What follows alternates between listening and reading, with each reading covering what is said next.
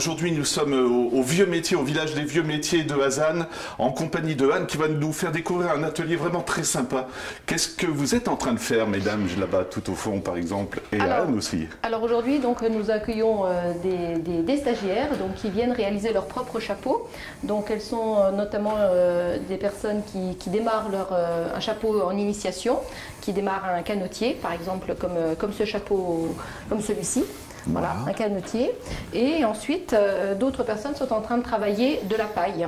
De la paille ou de la corde de piano. Donc ça, c'est dans un deuxième temps, c'est pour un stage de perfectionnement. Voilà, quand on s'est déjà initié au canotier, on peut apprendre d'autres techniques de paille, de travail. Maintenant, on a découvert les chapeaux faits, mais on va les voir maintenant en fabrication. Il y a différents types de chapeaux. Je vous laisse nous expliquer un petit peu en quoi ça consiste. Voilà, alors celui-ci, donc là, on a commencé par faire recouvrir la calotte. Donc ça fait un petit peu tambourin et nous allons faire une déco avec donc ce plateau, on va dire, qui est fait avec de la corde de piano. Donc ça va nous faire quelque chose voilà, à peu près dans ce style-là. Et ensuite, on va refaire encore une décoration qui va venir dessus. Donc là, c'est vraiment une technique qu'on n'a jamais travaillée en atelier. Donc voilà, c'est pour leur permettre de découvrir de nouvelles techniques. Voilà. Et donc, c'est les dames qui créent leur propre modèle, hein. Voilà. Elles font comme elles ont envie. Comme elles ont envie, voilà. C'est elles qui choisissent les tissus. Et ensuite, après la décoration, et voilà, elles personnalisent vraiment leur chapeau. Alors, juste à côté, il y a une débutante. Voilà, c'est une débutante. Donc elle travaille très bien, voilà. Elle est en train de faire un canotier, voilà le premier chapeau qu'on démarre. Là elle est en train de coudre tout autour un billet, voilà, pour faire vraiment le plateau du chapeau. Et ensuite on va y mettre, on va recouvrir la calotte, donc voilà, qui va venir dessus.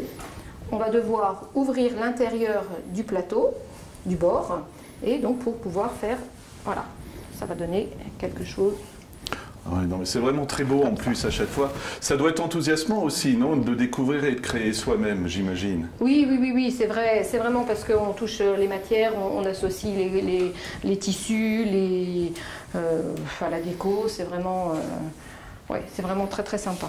Alors justement, Anne, ça se passe toujours dans une belle ambiance. Donc, oui, c'est ça qui est super aussi. Et je pense qu'il faut vraiment découvrir parce que les gens connaissent peut-être pas assez ce stage et je trouve ça dommage. Non, ça fait quelques années maintenant qu'on le met en place. On le met en place 2 fois par an, une fois au printemps et une fois à l'arrière-saison, enfin février-mars et une fois septembre, octobre, novembre. Voilà, à chaque fois ça se passe, on est une dizaine de personnes, un peu plus, un peu moins. Et voilà, donc les personnes découvrent le stage, on en fait un petit peu de pub, on va dire, au mois de mai, lors de nos manifestations. Et ensuite, après, le bouche à oreille fait le reste, les réseaux sociaux. Et voilà. Autre technique, alors là aussi, c'est comme je le disais avant de tourner, je ne savais pas du tout que c'était fait comme ça. Je vous laisse nous présenter les chapeaux qu'on va découvrir. Donc là, c'est le travail de la paille. Le travail de la paille, donc la paille, on la trouve en écheveaux, c'est comme ceci, des écheveaux de paille. Cette paille, elle est trempée, elle est mise dans de l'eau pour la ramollir, pour l'assouplir, pour pouvoir la travailler. Et ensuite, voilà une création. Voilà, elle tourne.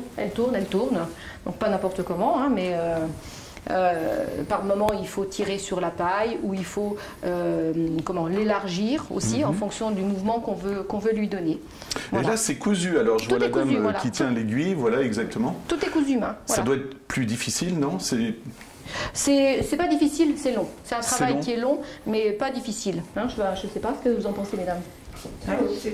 Voilà, là elles ont démarré ce matin, donc voilà. Donc là, ce matin. Voilà. Voilà. Après, chacune a sa façon de travailler. Hein. Il y en a qui vont avancer plus vite, d'autres moins vite. Mais voilà ce que Thérèse a fait, et voilà ce que Caroline a fait. Voilà. Et la forme, merci Caroline, parce que c'est exactement ce que j'avais. Alors je vais passer de l'autre côté, Anne, parce que ça n'a pas l'air comme ça, mais c'est extrêmement petit comme pièce. Voilà, la forme, on l'obtient comme ça, donc on force un petit peu la paille, c'est ça, comment on va dire? On sait de la forme en bois, hein, au départ, et par moment, il va falloir pour élargir, on va pousser la paille de cette manière. Voilà, on pousse la paille comme ça, qui va lui permettre de l'élargir. Et quand on veut resserrer, eh bien tout simplement on tire sur la paille. Voilà, soit pousser ou soit tirer sur la paille, en fonction de si on veut l'élargir ou la rétrécir. certains moments. Est-ce que c'est une technique, enfin même pour tous les chapeaux, ça se prend vite, les dames, malheureusement j'ai pas de micro parce qu'autrement j'aurais posé de questions, mais Anne, est-ce que ça vient vite après le coup de main, on va dire? Je pense qu'il y a une magie, il y a un coup de main, oui, à prendre aussi, et puis après il y a aussi une magie, la magie du chapeau, oui. Surtout Béatrice aussi qui vient et revient à ses stages, et à chaque fois, Béatrice... Attraper un virus, voilà, c'est ça. On nous a dit, elle est enthousiasmée, voilà, c'est la magie du chapeau, et puis il n'y a pas de règles, donc du coup, après c'est la création qui fait... voilà, quand on aime créer, quand on aime fabriquer de ses mains, voilà, on se donne libre. C'est la création. Voilà. Moi, ce que je vous propose, parce que c'est un stage qui dure 2 jours, là, on arrive à la fin du premier jour. Le caméraman, il repassera demain, puis on regardera un peu les résultats. D'accord. Puis on fera un petit bilan. La suite, et puis comme ça, justement, voir la finalité des chapeaux. Oui. Et ben voilà. À Merci. demain. Merci, à demain. Deuxième jour, joie du montage, c'est de la magie. On est arrivé au deuxième jour, c'est le résultat quasiment final. Un petit bilan sur ces 2 journées. Un petit bilan, ça y est, donc ce stage arrive à sa fin. Voilà, donc il y a de très belles créations. Toutes ont réalisé des chapeaux différents, complètement différents, avec des techniques différentes. Là aussi bien le canetier que des bibis en paille. Là aussi, on a utilisé une autre technique, c'est avec du crin. Voilà, chaque chapeau est différent et elles se sont très bien, toutes ces dames se sont très bien débrouillées et je les en remercie. Voilà, la magie du chapeau continue aussi parce qu'il y a toujours de quoi faire et puis c'est la création. Donc à partir du moment où on aime créer, eh bien voilà, on se fait plaisir, c'est surtout ça. S'il y a des personnes qui débutent, justement, il y a un petit peu de stress parce que je le sais, mais oui. Malgré tout, on réussit. Puis je pense que c'est enthousiasmant justement de créer quelque chose par soi-même aussi, non? Voilà, c'est ça. Voilà, c'est de se dire, c'est moi qui l'ai fait. Et de se dire, je suis capable. Et puis même si on n'a pas de technique de couture aussi, parce qu'il n'y a pas besoin de savoir coudre. Donc, n'est-ce pas, Virginie, il n'y a pas besoin de savoir coudre. Et voilà, on arrive à des superbes réalisations et de superbes chapeaux. Voilà, elles ont super bien bossé. Oui, non, mais franchement, même là, c'est ce qui est très sympa en plus avec les dames. Merci beaucoup parce qu'elles mettent le chapeau. Voilà. Et elles se sont fait plaisir. Et elles se sont fait plaisir. J'espère que ça a été un plaisir durant ces 2 journées. Alors Anne, je vais vous demander de vous mettre là, comme ça on voit les dames, tout le monde.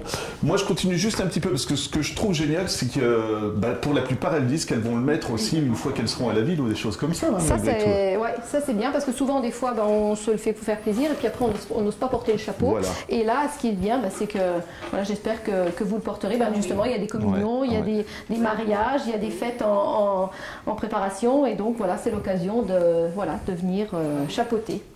Voilà, et pour le public, ça sera ma dernière remarque, c'est pendant les fêtes du mois de mai, on pourra voir certains de ces chapeaux et s'en offrir aussi, s'en acheter. Il y aura toute une collection de chapeaux, à peu près 80 chapeaux qui sont présentés chaque année durant chaque fête. Voilà.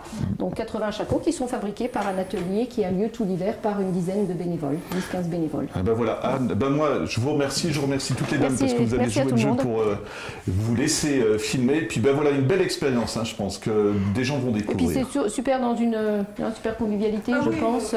C'est vraiment 2 jours détendus, voilà. Je pense.